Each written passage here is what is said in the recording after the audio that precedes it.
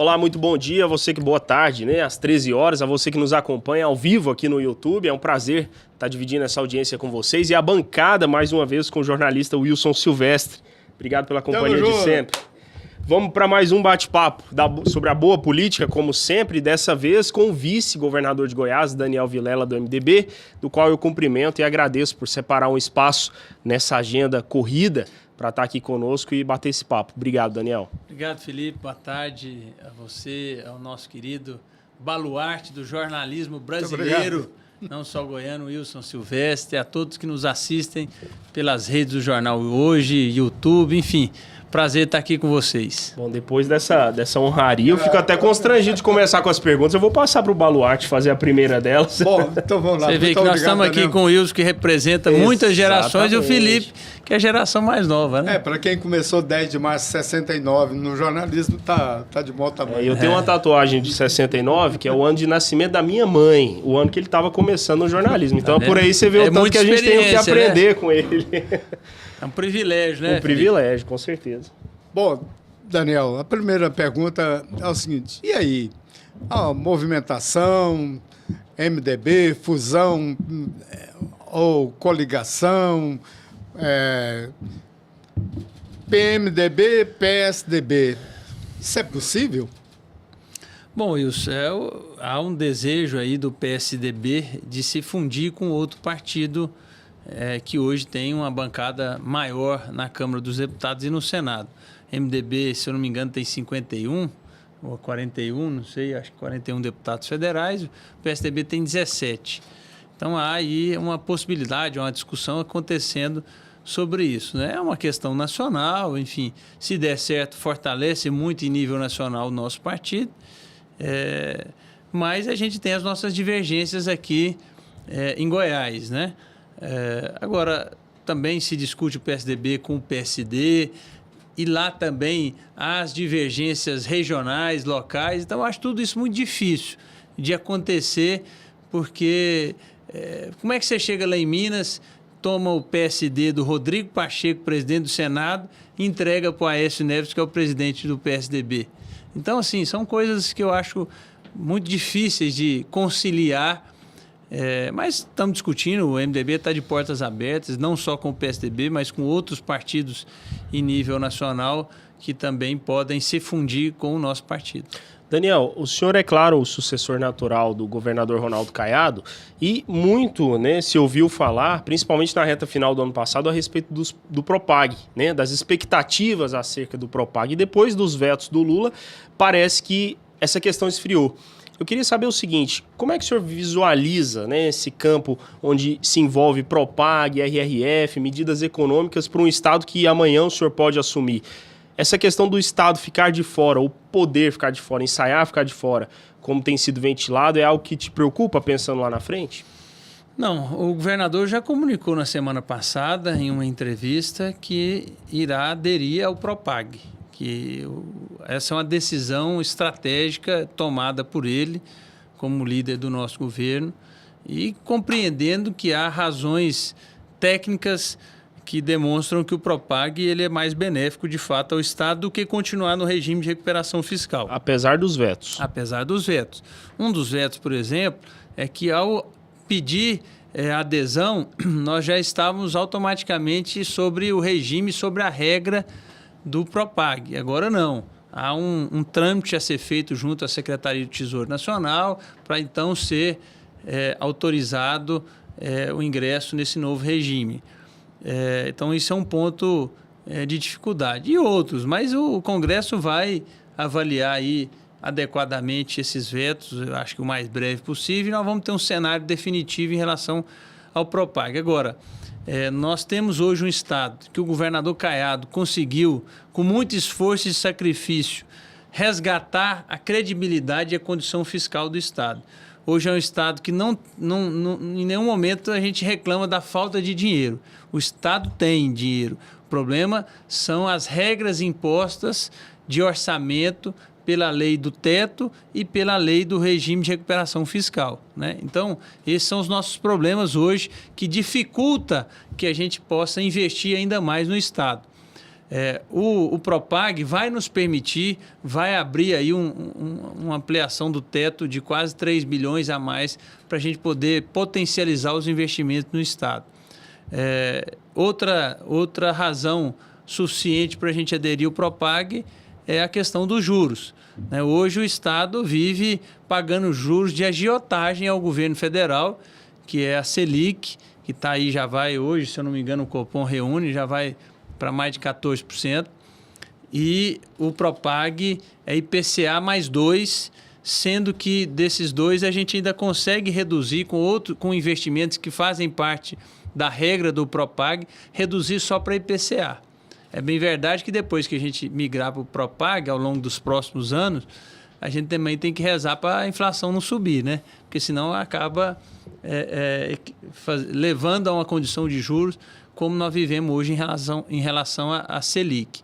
Mas, de fato, nós temos mais benefícios ao aderir ao Propag do que o regime de recuperação fiscal e provavelmente estaremos dando aí os próximos passos para ter esse regime aprovado pela Secretaria do Tesouro Nacional e Goiás se beneficiar dessa forma a longo prazo. Importante também ressaltar essa atitude do governador Caiado, que para o governo dele não seria benéfico, né? Porque vamos supor que, sendo aí muito otimista, a gente consiga no segundo semestre ter aprovação do Tesouro Nacional para entrar no Propag. Né? O governador já tem aí dito que vai renunciar ao mandato no final de março do ano que vem para ser candidato à presidência da República. Então, ele gozaria de um período muito curto do Propag, né? Mas ele está agindo como estadista que pensando no futuro, a longo prazo do Estado, que com essa nova modalidade de vinculação dos juros dessa dívida com a União, vai reduzir significativamente o montante total da dívida, né? Se eu não me engano, até esses dias a própria STN divulgou aí um ranking, seria em torno de reduzir 5,3 bilhões de reais. E outra coisa que o governador vai ser penalizado por entrar no Propag agora. Ainda tem que pagar 20% no ato. 20% da dívida é em torno de 3 bilhões e 800 milhões de reais que ele vai ter que pagar para entrar nesse regime, né? Que poderia ser utilizado para outros investimentos. Então, o governador dá um grande exemplo, né, de um homem que pensa no Estado, no futuro do Estado, na responsabilidade fiscal, e isso precisa ser enaltecido, Wilson. Bom, dentro do campo administrativo, está aí uma nova polêmica da portaria do Ministério da Justiça. E ontem,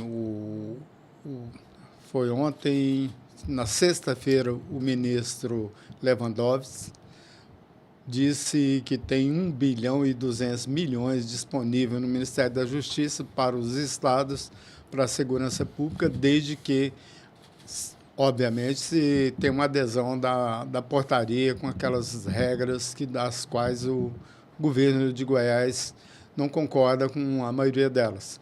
Como é que o senhor vê isso? Olha, eu acho que o governador Caiado, ele deu um exemplo ao longo desses últimos anos de uma forma estadista de se relacionar com os municípios, né? Em nenhum momento ele sacrificou qualquer município ou se omitiu de investir no município em razão do partido ou do grupo político que o prefeito fazia parte ou faz parte. E o governo federal agora, de repente, tenta impor algumas amarras aos governos, aos estados, para que possam aderir às suas políticas, muitas delas, na nossa visão, equivocada, principalmente na área da segurança pública, para ter acesso a esses recursos. Mas, Wilson, o governador já não disse isso nessas palavras que eu vou dizer, mas já disse de outra forma. Agora, são recursos ínfimos em relação ao que o Estado já investiu na segurança pública aqui ao longo desses últimos anos. Foram bilhões de reais. Agora tem 1 bilhão e 200 milhões de reais para dividir entre os 27 estados. Então, são coisas insignificantes do ponto de vista de mudanças efetivas que possam garantir segurança da população. Outros estados, então, que vivem situações aterrorizantes, de colapso total na segurança pública, isso também não vai fazer efeito nenhum. Agora, o governador é hoje a grande referência como líder político nas políticas públicas de segurança pública. Goiás é uma referência, é o primeiro estado na redução de todos os tipos de crimes, graças a uma política efetiva, inteligente e, claro, de muito investimento com recursos próprios do Tesouro Estadual. Daniel, eu queria de novo trazer a questão 2026 à mesa, né? É claro que as lideranças já se movimentam, né? Já há muita especulação nos bastidores a respeito das eleições daquele ano. E como o senhor estará à frente da chapa, eu queria saber se o senhor planeja já alguma estratégia voltada ao Senado. Serão 2 vagas, né, Wilson? E nós vemos um leque enorme de possibilidades dentro da base governista. O senhor considera seguir pelo mesmo caminho do governador Ronaldo Caiado e lá na frente, em 2026, manter-se neutro na disputa pelo Senado? Ou tem algum nome certo que o senhor já considere hipotecar seu apoio? Como é que estão essas tratativas nos bastidores pela corrida de 2026? Felipe, eu estou trabalhando para conquistar a legitimidade de ser candidato a governador, de representar essa base política e ampla que nós temos aí, liderada pelo governador Ronaldo Caiado. Acho que tudo ao seu tempo, um passo de cada vez. Nós vamos discutir o Senado mais à frente. Uma única coisa que nós temos decidido é que nós faremos da dona Gracinha a senadora mais votada da história de Goiás. Anotem aí para vocês me cobrar. Não só por ser esposa do governador Caiado, mas principalmente pela liderança política que ela tem exercido dentro do governo e no estado de Goiás. Se relaciona com os prefeitos, primeira-dama, lidera uma série de projetos importantes que fizeram de Goiás hoje a maior rede de proteção social, uma grande referência também. Semana passada, eu e ela recebemos aqui o secretário estadual de Desenvolvimento Social do Rio Grande do Sul para conhecer alguns dos nossos programas aqui que são liderados por ela. Então, a única decisão em relação ao Senado que nós temos é a candidatura da dona Gracinha, que já está posta e que nós iremos defender e temos certeza absoluta do sucesso que será. Outras definições de composição, naturalmente, devem ocorrer no ano da eleição. Tem um cenário político interessante aí dentro dessas movimentações de partido. Tem o fator PL. Dentro dessa estrutura, você acredita que o PL possa vir a apoiar o governador Ronaldo Caiado, candidato a presidente da República em 2026, com uma composição em Goiás? Por exemplo, o PL vir apoiar você e o Wilder não sair candidato? Essa política está muito dinâmica, né? As coisas acontecem muito em cima da hora, às vésperas das convenções. E acho que foi um erro aqui em Goiânia essa disputa entre a nossa base e o PL, mas eu também não posso ficar dando pitaco em partido alheio, né? Hoje o PL, na eleição 2026, foi oposição ao nosso grupo, a maioria das cidades, né? Algumas poucas cidades nós tivemos aliados, mas isso é uma definição que o partido tem que tomar com seus integrantes, com seus aliados. Lógico que a conjuntura nacional também irá falar alto nessas decisões que precisam ser tomadas por ele. Tem a questão da inegibilidade do presidente Bolsonaro ou não, ele vai ser candidato ou não, tudo isso vai influenciar. Então é muito difícil para mim poder antecipar e prever algo em relação ao PL aqui em Goiás em 2026. Perfeitamente, Daniel. Nós teríamos várias outras perguntas, mas em respeito à sua agenda que está turbulenta, né, nós deixamos o convite para que o senhor volte mais vezes, para que a gente possa falar das novas estratégias que vão surgir daqui a 2026, né, que tem muita água para passar debaixo dessa ponte. Assunto, né? Não vai faltar Não vai faltar assunto. Tem que vir mais do que uma vez aqui, viu, Felipe? Vai ter que vir. Obrigado pela sua participação, obrigado por ter separado um espaço na agenda e estar aqui conosco, Daniel. Eu que agradeço, Felipe, Wilson, a todos que nos assistem aí pelas redes do Hoje. Cumprimentá-los aí por vocês estarem pautando a política goiana, viu? Tudo que sai aqui, sai no impresso, sai no digital, tem efeitos aí muito fortes dentro da vida política do nosso Estado, né? Devido à seriedade, à credibilidade de todos vocês aqui, sob a liderança do Alaes, que muito bem estruturou essa condição do hoje ser essa referência de pauta política e administrativa do Estado. Parabéns, obrigado pelo convite e já assumo o compromisso aqui de o mais breve possível retornar para a gente fazer um bate-papo mais longo aqui. Combinado, estaremos aguardando. Vamos Muito marcar essa obrigado. data. Vamos agendar.